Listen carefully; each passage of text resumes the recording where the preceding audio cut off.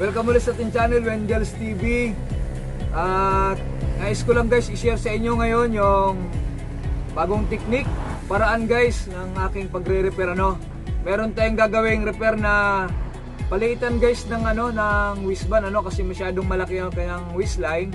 So ang repair na yan ay ating liliitan Tingnan nyo guys, pakita ko sa inyo.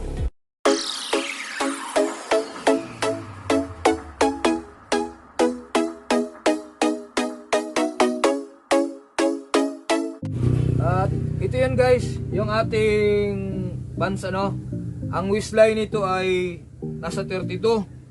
At ang gustong gawin nito guys ay gagawin lang 27. Ito yung aking ginawa, yan.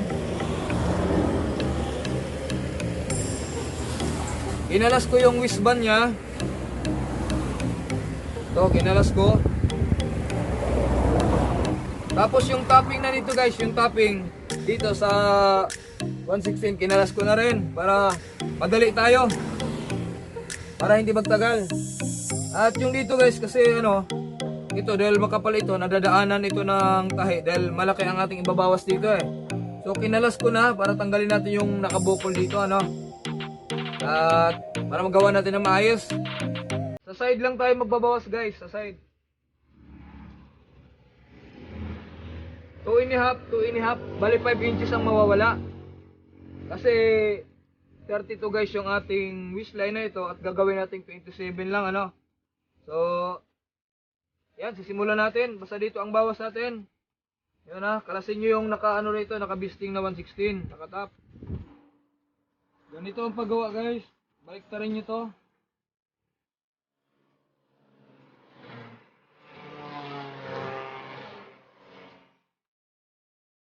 Ganyan.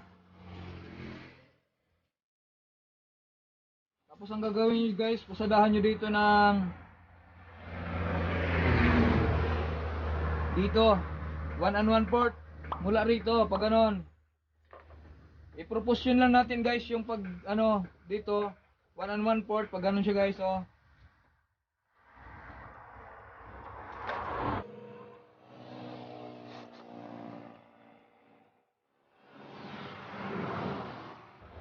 Basta pag gumawa kayo guys, huwag nyo ikanto, gawin nyo proportion pag ganon.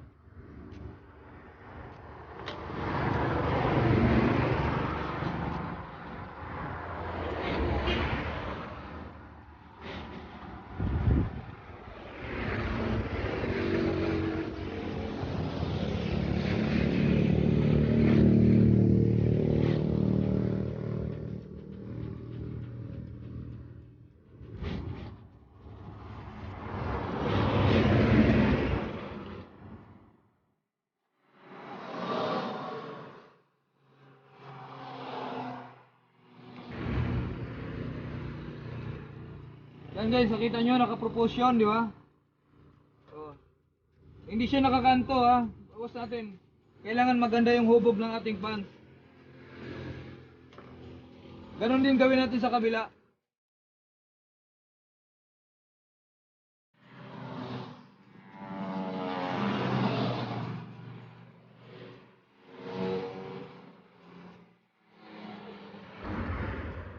Ayan, 1 1/4 sinukat natin dito sa taas. Ganun pa rin guys, katulad ginawa natin kanina, naka-proportion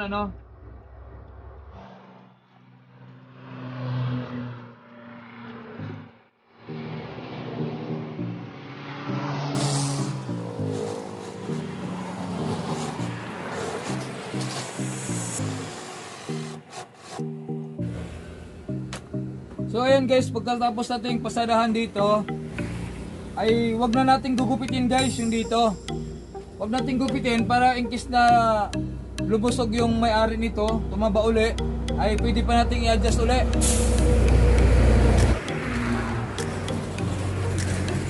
So dito guys, ang gagawin nyo,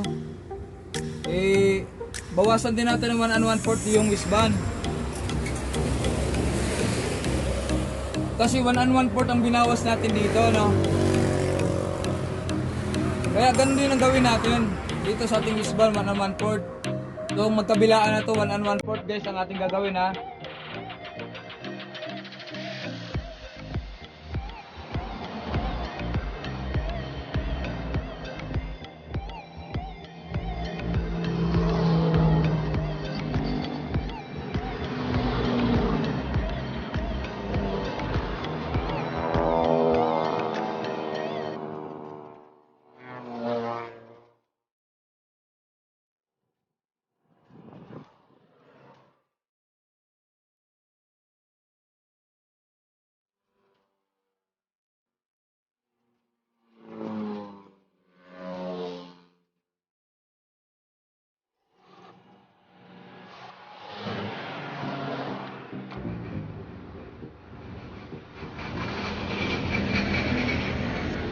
Tapos gupitin natin guys dito kabila.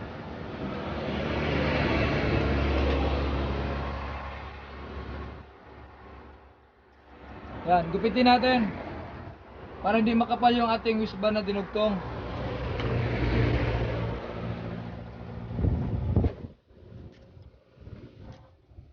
Pagkatapos yung dito ay 116 muna natin, pasadahan natin ng 116. Yan, itap natin katulad ng dati.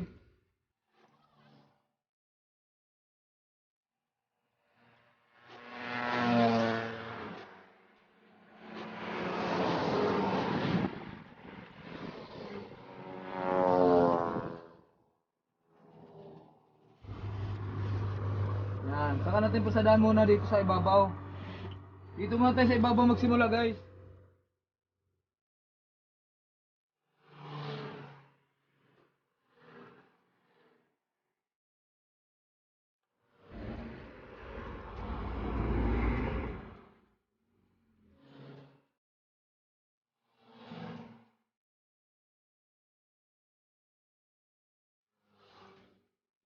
Yan, wag niyo kalimutang mag-lock guys pag nagsimula kayo dito. Para hindi madaling matastas yung ano natin gawa, ano. So ganyan lang guys yung ating gagawin. Side by side ng ating pants, yung side ng ating wishband ay ganun lang ang gagawin natin guys. The same procedure lang po yan. Trim lang natin ng maayos guys para malinis yung ating gawa, no. Maganda kasi guys pag malinis.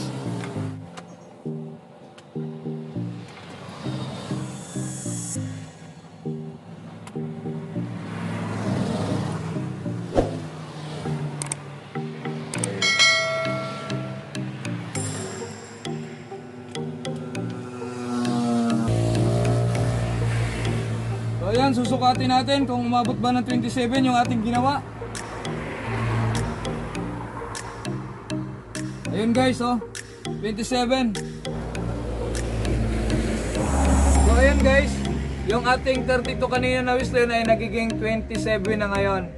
So hanggang dyan lang muna yung ating tutorial patungkol sa sewing tips, ano, yung diskarte kung paano natin bawasan yung ating mga bands. So hanggang sa muli, ako nagpapasalamat sa patuloy na pag-subscribe ng ating mga kaibigan dyan, ating mga kaibigan subscriber, mga kaibigan vloggers. Shout out sa inyo guys, di ko man kayo maisa-isa. God bless sa inyo, pagpalain kayo ng mahal Panginoon. Kita-kita tayo sa sunod, upload na aking video. God bless!